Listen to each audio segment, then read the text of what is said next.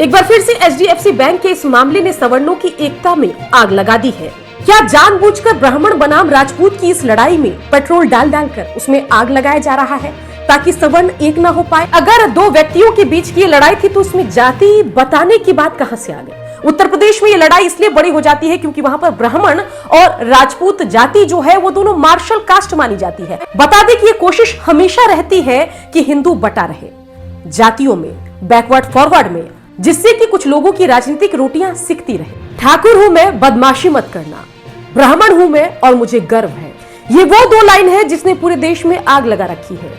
Social media पर कुछ video viral हो रहे हैं और ये वीडियो कानपुर के एचडीएफसी बैंक के बताए जा रहे हैं। इस बैंक में दो महिलाओं के बीच आपसी लड़ाई होती है और इस लड़ाई में कुछ ऐसे शब्दों का प्रयोग होता है जिससे दो महिलाओं की लड़ाई अब दो जातियों की लड़ाई बन गई है। आमने सामने है ब्राह्मण और राजपूत समाज। नमस्कार, मैं हूं सुकन्या सिंह और आप देखना शुरू कर चुके हैं न्यूज एक्सप्लेन विद सुकन्या। इस वीडियो में बने रहिए क्योंकि इस वीडियो में इस पूरे मामले के तह तक हम जाने वाले हैं। पूरा मामला क्या है वो आपको बताने जा रहे हैं और ये भी बताने जा रहे हैं कि क्या यूजीसी एक्ट मुद्दे पर एक हुई सवर्ण एकता इस लड़ाई के बाद खत्म हो गई। एक बार फिर से भूमियार ब्राह्मण राजपूत कायस्थ आपस में ही लड़ रहे हैं और यह माना जाए कि हमेशा की तरह सवर्ण एक बार फिर से बटेंगे और कटते रहेंगे।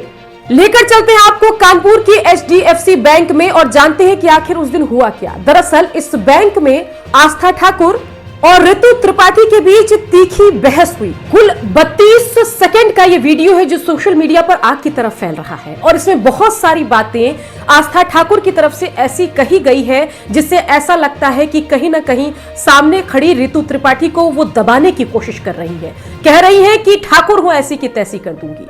उत्तर प्रदेश के ताजा विवाद जो ठाकुर बनाम ब्राह्मण है, ये बेहद ही अफसोसजनक और निंदनीय है। इसमें दोनों पक्षों को सोचना चाहिए कि आपस में समरसता बनाकर रहनी चाहिए।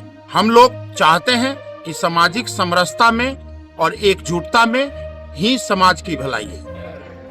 सबसे बड़ा सवाल है कि पूरे मामले में अगर दो व्यक्तियों के बीच की लड़ाई थी तो उसमें जाति बताने की बात कहां से आ गई? दरअसल आस्था ठाकुर की तरफ से यह कहा जा रहा है कि उनसे उनकी जाति पूछी गई और इसलिए उन्होंने अपनी जाति बताई और यह भी जोड़ा कि उनको अपनी जाति पर गर्व है। दरअसल उत्तर प्रदेश में राजपूत बनाम ब्राह्मण की लड़ाई नई नहीं है। यहाँ पर यह लड़ाई चलती रहती है और भारतीय जनता पार्टी की कोशिश ये रहती है कि सवर्णों को एकजुट करके अपने वोट बैंक को मजबूत किया जाए। लेकिन एक बार फिर से ऐसा लग रहा है कि वो अपनी मंशा में नाकामयाब हो जाएगी। यूजीसी एक्ट एक ऐसा मामला था जिसमें सवर्ण एकजुट हो गए, एक साथ मिलकर लड़ाई लड़ी और कहीं ना कहीं सुप्रीम कोर्ट का जब फैसला आया तो उसके बाद ऐसा लगा कि उनकी एकता का इनाम उनको मिल गया है।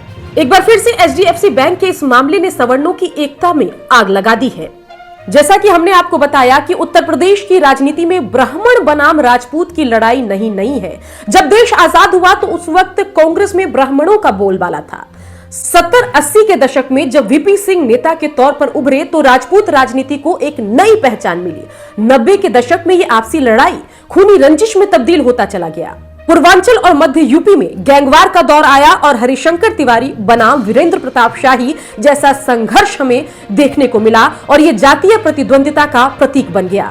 बता दें कि प्रदेश में योगी आदित्यनाथ की सरकार है और विपक्ष या विरोधी उत्तर प्रदेश सरकार पर ठाकुरवाद करने का आरोप भी लगाता है और ऐसे में उत्तर प्रदेश के कानपुर में जो ब्राह्मणों का गढ़ माना जाता है वहां पर अगर एक लड़की कहती है कि ठाकुर हूं तो सवाल उठना लाजमी है। क्या एक बार फिर से कानपुर समेत पूरे प्रदेश में ठाकुरवाद हो रहा है?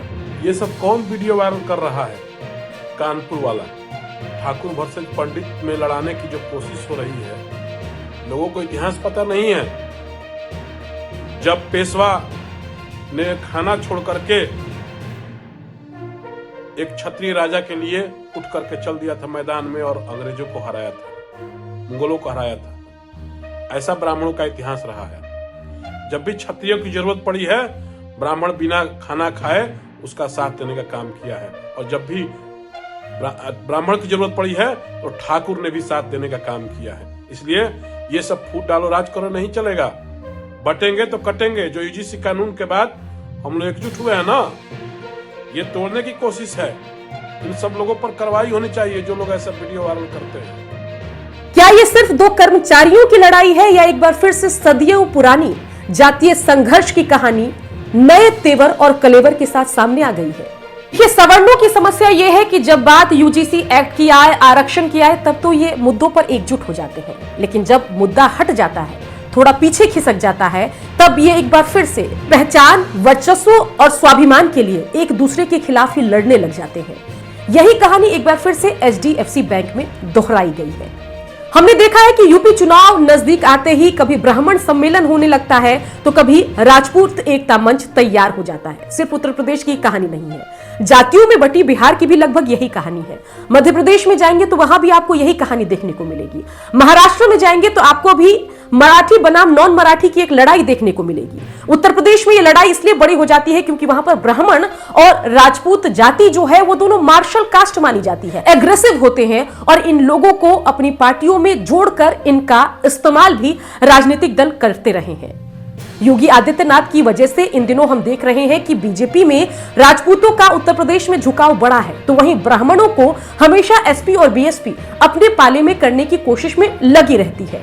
पूरे मामले पर आप क्या सोचते हैं? क्या सवर्णों को आपसी लड़ाई छोड़कर अपनी एकता को मजबूत करना चाहिए? ब्राह्मण बनाम राजपूत इस लड़ाई में आप किसके साथ हैं? कौन आपको सही दिख रहा है पहली नजर में? और सबसे बड़ा सवाल, क्या जानबूझकर ब्राह्मण बनाम राजपूत की इस लड़ाई में पेट्रोल डाल डालकर उसमें आग लगाया जा रहा है ताकि सवर्ण एक ना हो पाए? बता दें कि ये कोशिश हमेशा रहती है कि हिंदू बटा रहे, जातियों में बैकवर्ड फॉरवर्ड में बटा रहे, जिससे कि कुछ लोगों की राजनीतिक रोटियां सिकती रहे, क्योंकि अगर ये एकजुट हो गए तो फिर कई लोगों को दिक्कत हो जाएगी।